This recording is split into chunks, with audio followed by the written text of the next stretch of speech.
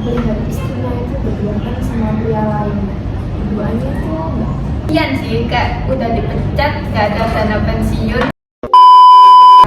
Halo everyone, selamat datang di podcast Gebrakan Genzi. bersama saya Amelia Putri Mulyawati dan rekan saya Nana Devi Agnesya Soni.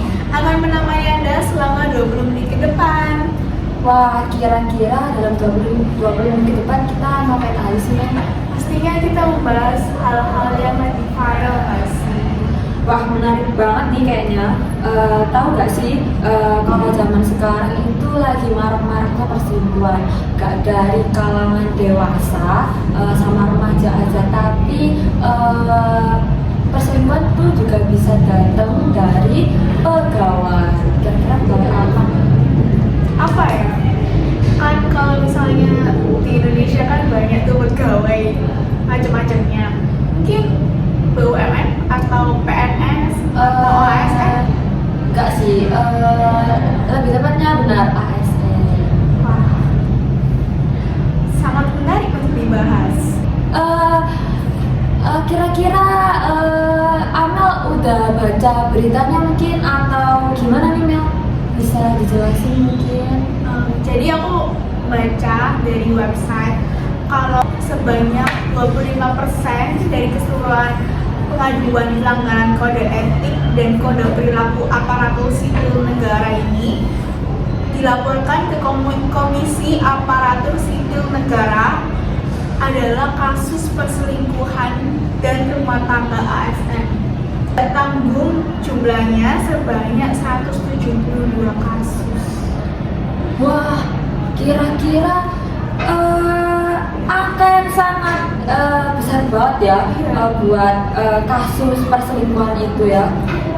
Apalagi buat seorang ASN kan, kalau misalnya di Indonesia kan ASN kan kayak dipandang baik gitu kan. Oh iya benar banget sih.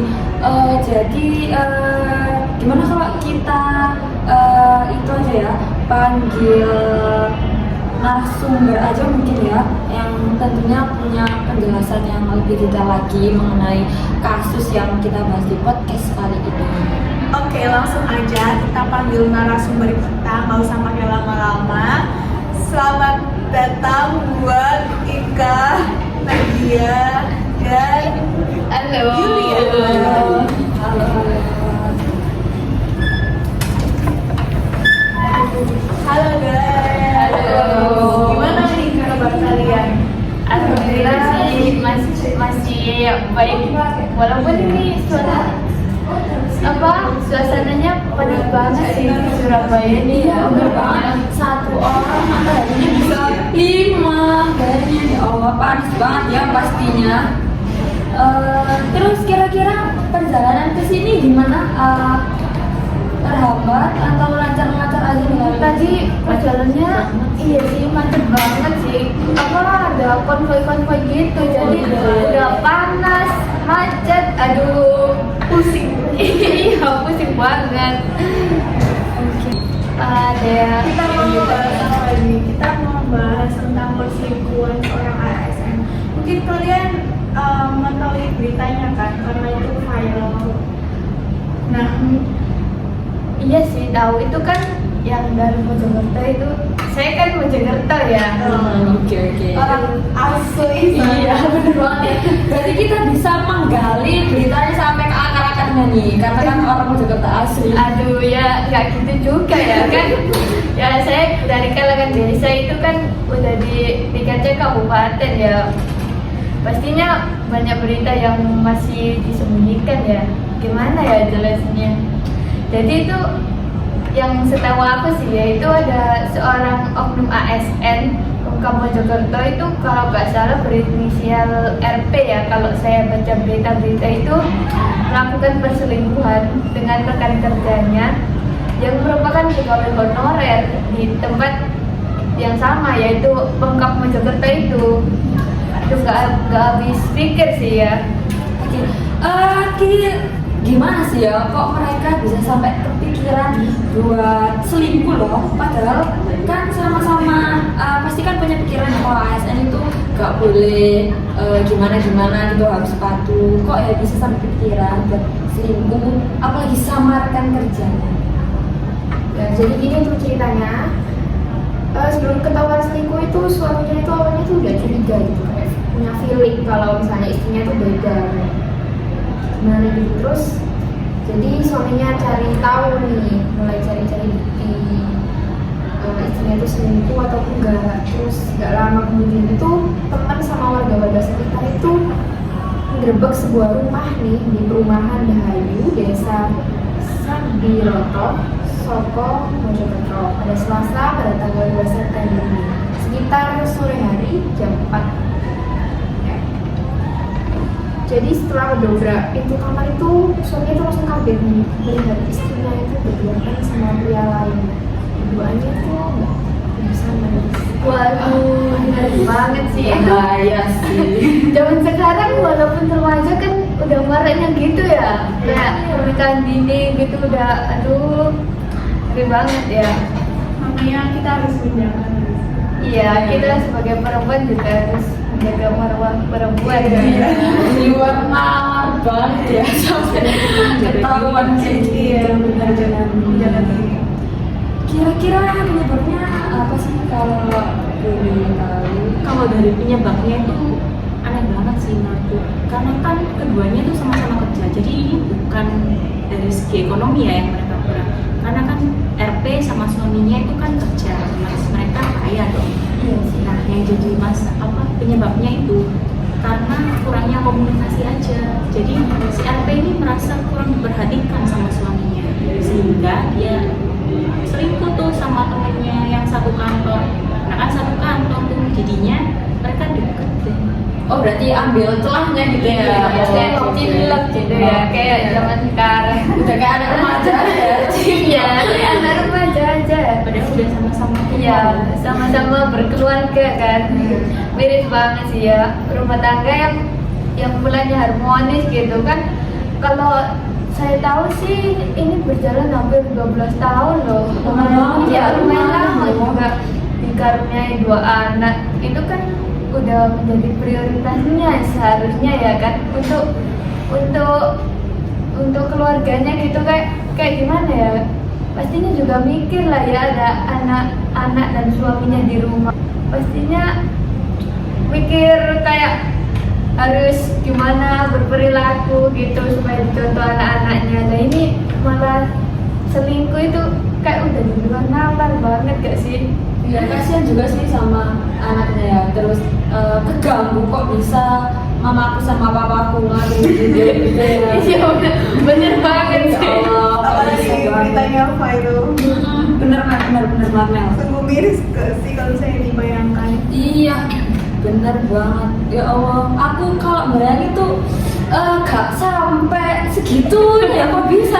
Ya Allah, bayangin aja ya, seorang ASN itu bisa kepikiran buat selingkuh. Iya, padahal jadi ASN di zaman sekarang itu sulit. Nah, bener banget. Tes CPNS-nya tuh rumit banget, guys. Iya, banyak yang mau jadi ASN itu kan ujiannya juga sulit. Bener banget. Nah, terus ini tuh dampaknya itu bagi mereka tuh apa sih? Jadi setelah ketahuan selingkuh nih ya, suaminya langsung laporan nih ke kantor desa Sambiroto.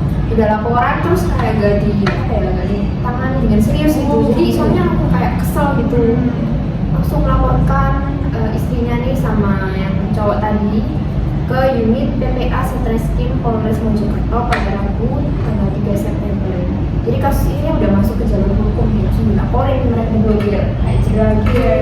Oke, jadi Pasti kesel banget Iya. tuh suaminya. Jadi setelah tadi gak ditindaklanjut terus habis itu Langsung dilaporkan besoknya itu. Oh, gitu. Ya gimana ya, kalau dibiarin kan bisa jadi gimana gitu. Nah, kira-kira kasus tersebut itu melanggar pasal apa sih? Atau jenis hukuman apa? Nah, Kalau setahu aku sih ya itu ada 3 jenis hukuman disiplin berat. Ini kan termasuk disiplin berat ya, perselingkuhan itu. Kalau menurut pasal 8 ayat 4 Peraturan Perundang-undangan nomor 94 tahun 2021 itu tentang disiplin PNS ya. Itu ada penurunan 12 bulan ke jabatan setingkat lebih rendah. Kemudian pergeseran 12 bulan ke jabatan pelaksana. Dan yang terakhir itu ada pemecatan dengan hormat sebagai PNS tanpa permintaan sendiri. Jadi kayak udah dipecat gitu loh dari PNS. Sayang banget nggak sih? Iya sih, itu juga kan masih baru ya, Iya. masih 2 tahun. Iya, 2 tahun kan masih baru. Lalu bagaimana sih tindakan dari petinggi ASN, mungkin dari bupati atau jajarannya? Apa mereka mengambil tindakan terhadap kasus tersebut? Oh, tentu saja Bupati Mojokerto yaitu Itvina Fatmawati berjanji akan mengambil tindakan tegas terhadap kasus ini. Yaitu selain itu terdapat sanksi berat nih yang dijamin akan diberikan sesuai dengan aturan yang berlaku. Itvina mengatakan bahwa dia setuju dengan sanksi berat yang dijatuhkan terhadap oknum PNS itu yang terlibat tersinggung dengan IM tadi ya, kayak tadi. EM juga kan teman sekantornya pasti kan juga mendapat itu ya, mendapat hukuman juga ya kan. Dan sebagai statusnya PNS ini, RP akhirnya harus dipecat nih karena perbuatannya yang tidak berintegritas. Saya dipecat juga, RP ini nggak mendapatkan hak pensiun loh. Wow, sayang banget. Sayang banget.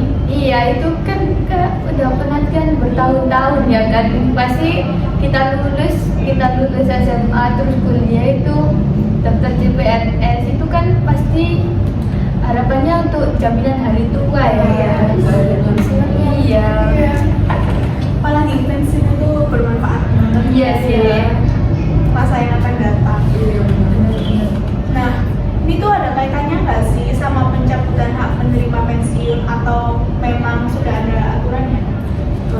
Hal tersebut disampaikan langsung oleh Tatang Mahendrata selaku Kabag dari Hukum Sekda Kabupaten Mojokerto.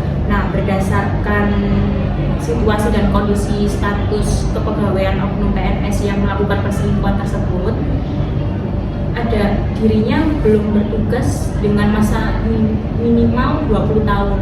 Jadi kalau kurang dari 20 tahun itu PNS yang dipecat itu nggak dapat pensiunan. Oh, Gitu ya. jadi kita harus menjabat 20 tahun baru dapat pensiun. Iya.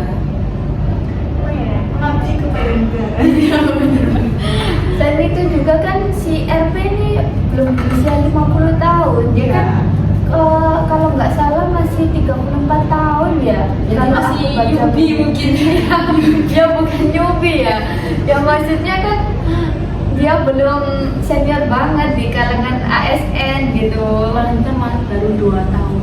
Iya. Pastinya kan masih banyak hal-hal yang belum dilakukan kan sebagai pegawai ASN. Selain dicopot dari jabatannya nih, biar sesuai sama hukumannya, pastinya kan ada rasa menyesal gitu ya dari mereka. Terus usaha mereka itu buat berkomitmen lagi dengan cara apa sih untuk memperbaiki citra instansi. jadi ini RP ini diharuskan untuk minta maaf dan lisan yang tertulis. Jadi kayak Membuat pernyataan gitu ya, kayak klarifikasi Nah, gitu iya, palingnya. Mengapa Pemkab Mojokerto memutuskan sanksi tersebut dan apa udah dipikirinnya apa benar-benar tepat keputusan yang diambil? Kalau dari Pemkab Mojokerto sendiri telah memutuskan untuk menetapkan sanksi ini tuh sebagai bagian dari komitmennya untuk mendisiplinkan pegawai yang tidak bermoral di wilayah tersebut. Nah, ini termasuk membuat orang tuh supaya jerah gitu loh atas tindakan amoral mereka. ya walaupun rasa kasihan masih ada sih ya. Ya kalau dilihat kasihan ya kasihan banget sih ya. Tapi kan harus komitmen. Iya sih, iya benar-benar. Ya, dan perilaku tersebut itu benar-benar menyesal dan minta maaf. Ya karena pelanggaran ini kan juga nggak berdampak bagi dirinya, ini juga kan berdampak bagi orang lain ya, instansi ya, keluarga, terus keluarga yang si selingkuh Suami. iya suaminya, terus yang istrinya si IM, terus anaknya, aduh udah menyangkut banyak orang sih. Aduh. Ini kan udah dipecat nih, terus nggak dapat pensiun lagi. Iya sih kak, udah dipecat, nggak ada dana pensiun, tapi kan nggak karena perbuatan sendiri. Dia tuh kak udah melanggar kode etik gak sih, kode etik seorang ASN ya kan. Nah, bener banget nih ya, karena udah di spoiler sama Julian, jadi kita belum bahas tentang kode etik. Nah, apa sih kode etik itu dan kenapa kode etik itu bisa membuat ASN itu terikat sama tindakan yang dilakukan? Oke, kita langsung aja ya. Dikutip dari djkn.go.id, penjelasan kode etik itu merupakan pedoman perilaku atau standar moral untuk melindungi ASN dari perbuatan yang tidak profesional dan berkaitan dengan profesinya, yaitu teman-teman. Nah, karena ASN tersebut itu melakukan pelanggaran kode etik, yaitu tindakan perselingkuhan dengan rekan kerjanya nih, itu sudah terbukti telah melanggar kode etik ASN. Iya nih, ini kan benar-benar melanggar kode etik kan. Tapi kira-kira dari kasus perselingkuhan ini itu termasuk melanggar kode etik apa sih? Nah, kalau dari kasus tersebut ya, menurut saya itu termasuk ke dalam pelanggaran kode etik loyal. Kenapa menurut kalian ini masuk ke dalam kode etik loyal? Ya mungkin karena kode etik loyal kan menekankan loyalitas ya kan, loyalitas kepada negara, bangsa dan instansi tempat bekerja. Artinya kan kita harus menjalankan tugas dan kewajiban itu dengan penuh tanggung jawab, dedikasi dan tentunya integrasi. Kita juga harus menjaga nama baik instansi kita gak sih? Kalau kita melakukan kesalahan kan seluruh instansi pastinya juga terdampak walaupun kesalahan sekecil apapun. Nah ini kan sekelas ASN kan yang dipandang masyarakat berhormat ya kan. Kalau udah satu melakukan tindakan yang salah, pasti ASN lain juga terseret gitu ya. ASN ini melakukan ini juga nggak sih gitu, mikir gitu nggak sih? Aku sih iya sih. Iya benar banget tuh, tindakan ASN yang berselingkuh itu menunjukkan adanya sikap yang tidak integrasi gitu loh, integritas dan ketidaksetiaan kepada pasangan. Kalau pada pasangan aja nggak selingkuh, gimana mau sama negara coba? Ya pastinya udah di luar pikiran kita sih. Hal ini juga diartikan sebagai pelanggaran nilai moral dan etika yang seharusnya dijunjung tinggi oleh seorang ASN. Ya tindakannya itu loh, itu menimbulkan perspektif negatif yang apalagi kan di Mojokerto itu banyaknya popularitas itu masyarakat desa ya yang awam terhadap terhadap peraturan gitu, terhadap apalagi kalau kena media sosial, kena satu berita aja pandangannya udah buruk kan, udah menyebar luas. Ya betul gitu. Nah kalau kita hanya terfokus pada satu berita kan bisa saja berita itu hoax ya kan. Nah itu juga kan bisa memberikan dampak buruk sih bagi wilayah, apalagi kan merusak nama baik instansi ya di mata masyarakat. Nah, dari kasus ini tuh kita dapat mengambil pelajaran nih untuk menciptakan lingkungan kerja yang positif dan sehat nih, sehingga dapat meningkatkan kualitas pegawai dan melaksanakan pekerjaannya dan jangan selingkuh. Ya benar banget. Gak boleh selingkuh guys, dimanapun. kalau selingkuh itu udah ada kasus pembunuhan gak sih, apalagi nih yang udah berkeluarga selingkuh. Aduh, udah nggak habis mikir aku. Apalagi seorang ASN. Kalau bahasa sekarang namanya red flag ya guys. Perselingkuhan udah masuk red flag gitu Ini sih. yang red flag berarti yang cewek. Iya, sama-sama dong gambarnya red flag udah. Yang selingkuh yang red flag. Iya. Ngomong-ngomong ya, tadi kan Ika udah nyebutin nih menciptakan lingkungan kerja yang sehat, ya, positif. Nah, bagaimana sih caranya menciptakan lingkungan kerja yang positif? Ya tentunya kan pasti yang sering dilakukan kan kayak seminar gitu. Terus biasanya kalau di pegawai-pegawai itu sering dilakukan pelatihan kemana gitu kan. Biasanya ada narasumber yang hebat-hebat gitu kan.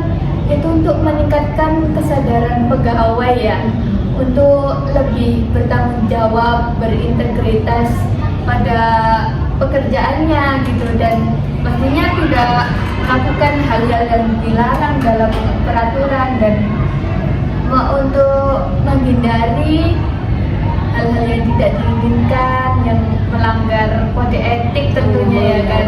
Melanggar kode etik kan udah fatal itu kesalahannya. Sama aja gak sejalan sama komitmen dari dirinya sendiri ya guys.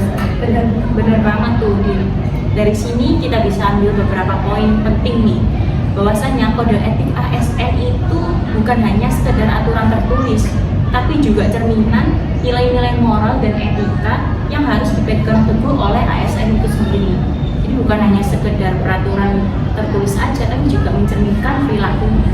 Iya sih, di sekolah aja ada peraturan, apalagi sekelas Bangkap ya, sekelas ASN di Bangkap kan itu levelnya ya udah di atasnya kecamatan gitu. Pastinya juga peraturannya juga lebih banyak, pastinya harus dipatuhi gitu ya. Berarti dimanapun itu pasti punya peraturan ya, jadi nggak boleh semena-mena gitu ya. Pokoknya namanya di wilayah itu ya pasti harus patuh ya, karena kita itu di situ hidup ya, jadi ya harus punya aturan. Iya, harus mematuhi aturan. Nah, benar banget ya. Jadi gak terasa kerasa nih. Ya kerasa sih ya. Ini kan di ruangan jadi lumayan gak panas ya kan. Ya itu ya Mel ya. Sayang banget kita harus menyelesaikan obrolan kita di podcast kali ini. Kemudian Aku mau menyimpulkan dulu nih dari kasus ini. Jadi dari kasus ini tuh kita dapat mengambil pelajaran untuk menciptakan lingkungan kerja yang positif dan sehat, sehingga dapat meningkatkan kualitas pegawai dalam melaksanakan pekerjaannya. Pada saat ini maraknya kasus perselingkuhan disebabkan adanya masalah yang dihadapi dalam rumah tangga, sehingga membuat seseorang tidak fokus dan stres, kemudian mencari kesenangan lain di luar kendali. Dengan adanya kasus ini, perlu adanya pelatihan yang dapat memberikan kesadaran untuk tidak melakukan hal-hal yang dilarang dalam peraturan dan melanggar etika serta moral. Ya bener banget sih, itu kayak poin-poinnya itu kita harus dalami, terus kita juga harus menghindari hal-hal yang tidak boleh dilakukan ya kan. Iya. Itu kutipan dan kesimpulan yang diberikan Amel sama Yulian. Jadi kita di sini sudah membahas panjang lebar tentang kasus perselingkuhan yang dilakukan oleh oknum ASN di Mojokerto. Terus kita juga sudah mengupas tuntas bagaimana tindakan mereka melanggar kode etik sebagai ASN, khususnya kode etik layak. Bener banget nih, apalagi perilaku ASN yang tidak sesuai dengan kode etik yang berdampak buruk terhadap citra instansi dan kepercayaan masyarakat terhadap ASN. Terlebih lagi, poin penting bagi ASN yaitu untuk selalu menjaga integritas dan profesionalitas dalam menjalankan tugasnya. baik di kehidupan pribadi maupun dalam bersosialisasi di masyarakat. Nah, semoga dari pembahasan kita hari ini dapat membuka mata kita untuk tentang pentingnya kode etik ASN dan bagaimana kita semua dapat berperan dalam menjaga integritas dan profesionalitas ASN di Indonesia. Iya sih, bener banget. Kita tuh harus meningkatkan rasa tanggung jawab gitu ya. Apalagi sebagai seorang pegawai ya kan, yang tentunya dihormati sama masyarakat karena kan melayani masyarakat ya. Oke, terima kasih ya buat kalian yang Ya, udah terima kasih Sudah kembali. menyempatkan dalam podcast kita ya. Iya, kita juga sebenarnya sih bisa sharing-sharing gini ya kan. Jadi lain kali kita sambung lagi podcastnya. Jadi kita udah bikin Mel. Iya. Kita berdua dan bintang tamu kita hari ini mau mengundurkan diri. Terima kasih udah menonton. Dadah.